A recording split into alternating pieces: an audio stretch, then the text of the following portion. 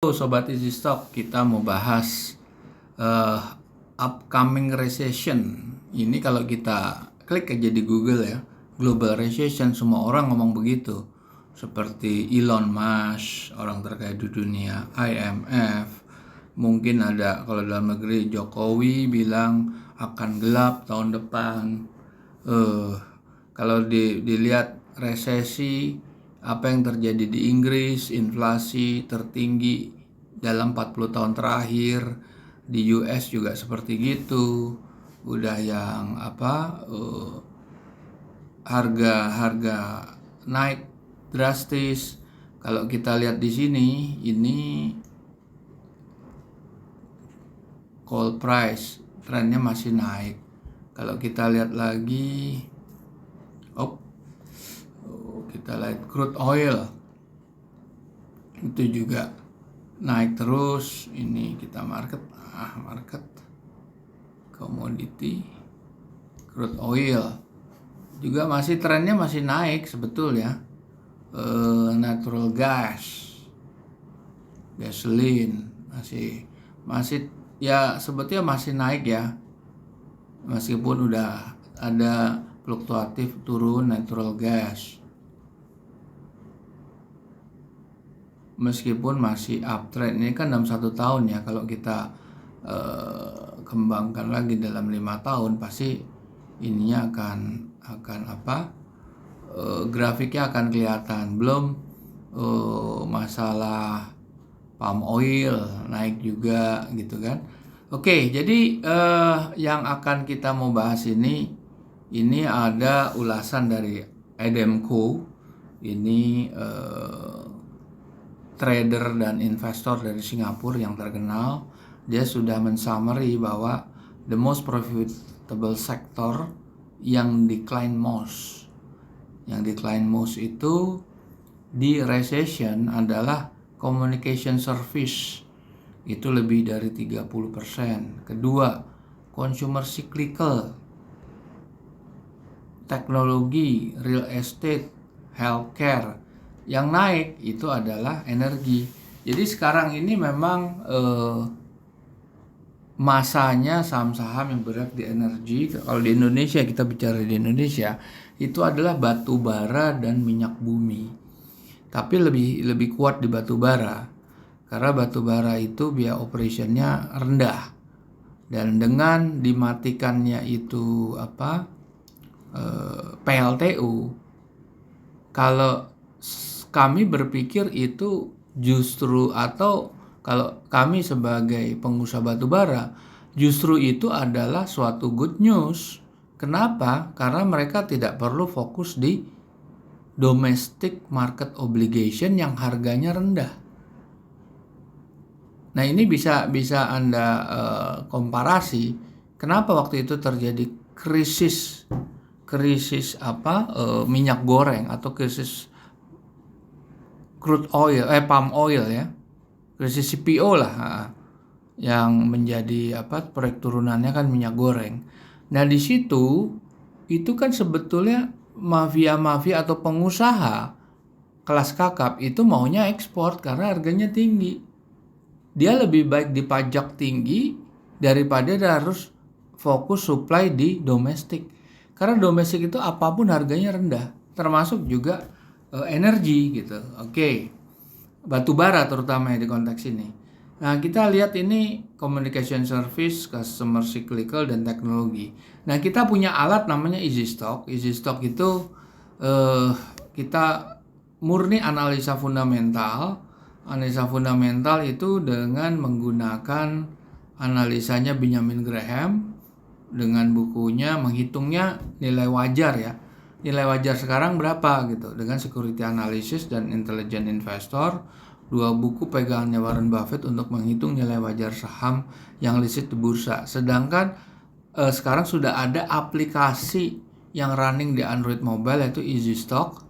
Nanti kita akan demokan Easy Stock seperti apa untuk terkait dengan bagaimana memilih perusahaan-perusahaan untuk mengantisipasi resesi yang high likely ya, most likely itu akan terjadi di tahun depan, atau paling lambat di akhir tahun depan. Nah, itu sebetulnya highly probable sebetulnya akan terjadi. Oke, sekarang kita buka aja easy stock, kita buka. Nah, seperti ini. Kita buka bendera Indonesia. Ada best selection di sini. Klik under best selection. Tadi kan itu consumer communication ya. Consumer communication nih kalau di Bursa Efek tuh kalau nggak salah itu adalah infrastructure. Infrastructure tuh apa? Wired communication dan wireless communication. Coba wireless communication itu apa aja? Banyak ya. Wireless communication termasuk friend juga termasuk. Oke. Sekarang yang kita mau lihat adalah yang undervalue. Undervalue itu artinya menurut perhitungannya Benjamin Graham, harganya sudah lebih tinggi daripada nilai wajarnya. Itu kita masukkan dalam istilah kelompok undervalue. Kita balik lagi ke best selection. Ini ada namanya undervalue. Coba kita klik undervalue. Apa aja? Cuma dua, MTEL sama Excel. Yang lain itu overvalue semua. Sorry, tadi overvalue itu harga sudah lebih tinggi di atas value-nya. Jadi cuma ada dua, Excel sama MTEL. Kita lihat Excel ya. Laporan keuangan udah terakhir Q3, kita pakai growth 2,2%. Tapi kenapa nih nilai wajarnya kan ada selisih 1000 lebih ya. Artinya 50% lebih ya dari closing price-nya sekarang. Punya upside dia, potential upside. Tapi kenapa nilai intrinsic value atau nilai wajar terendahnya itu negatif? Nah, negatif itu kita bisa lihat net current asset dia 7 triliun. Tapi suruh nutup hutang 25 triliun, hutang yang jangka pendek. Iya pasti negatif atau deficit working capital, belum lagi utang jangka panjang yang 36 triliun. Jadi ini highly leverage company yang di dalam resesi dia akan suffer malah bisa lead to bankruptcy. Karena utangnya udah luar biasa tinggi. Sedangkan free cash flow-nya cuma 8,4. Meskipun free cash flow itu diekstrapolasi ya. Nah, kan dalam perhitungannya Benjamin Graham, namanya sisi earning itu diekstrapolasi dengan growth. Growth-nya kan ada 2,2%. Nah, dan juga ada faktor yield dari government bond. Itu ada 7,18. Nah, dalam kondisi kayak gini, ini berat sebetulnya. Kita lihat return on equity-nya nggak nyampe benchmark. Benchmark itu 10% dari kita. Kalau Adam Co bilang 12%. Nah, terus kemudian profit marginnya cuma 5%. Kita maunya 10%. Nggak masuk ini. Coba kita lihat yang satunya lagi ya.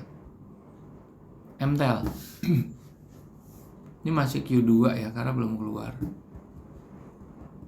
Kita pakai growth 5%. Meskipun growth 5% itu sangat optimis ya. Oke. Dia ada selisih 200 perak. Tetap ada upside. Downside-nya nggak negatif. Karena neraca masih bisa di-handle. Kita lihat net current asset itu 18,3. Kalau dia nutup hutang jangka pendek, dia masih punya sekitar 11,2 triliun surplus. Tetapi tetap dia mengalami defisit 3 triliun di neraca untuk hutang jangka panjangnya. Nah, free cash flow-nya yang 4,5 triliun itu masih bisa membuat nilai wajarnya tidak negatif. Oke. Sekarang kita lihat di financial ratio. Return on equity-nya rendah. Tapi profit margin-nya 24%. Sebetulnya MTEL ini lebih menjanjikan di sini. Di antara berapa tadi? Lebih dari 10 kan perusahaan-perusahaan yang di bidang communication service yang terkait sama wireless telecommunication. Oke. Nah, ini untuk part 1 ini kita membahas hanya consumer cyclical yang betul terkait sama communication service. Tadi sudah kita lihat di wireless telecommunication. Oke, kita jumpa lagi di video berikutnya di part 1 untuk industri yang berbeda. Terima kasih.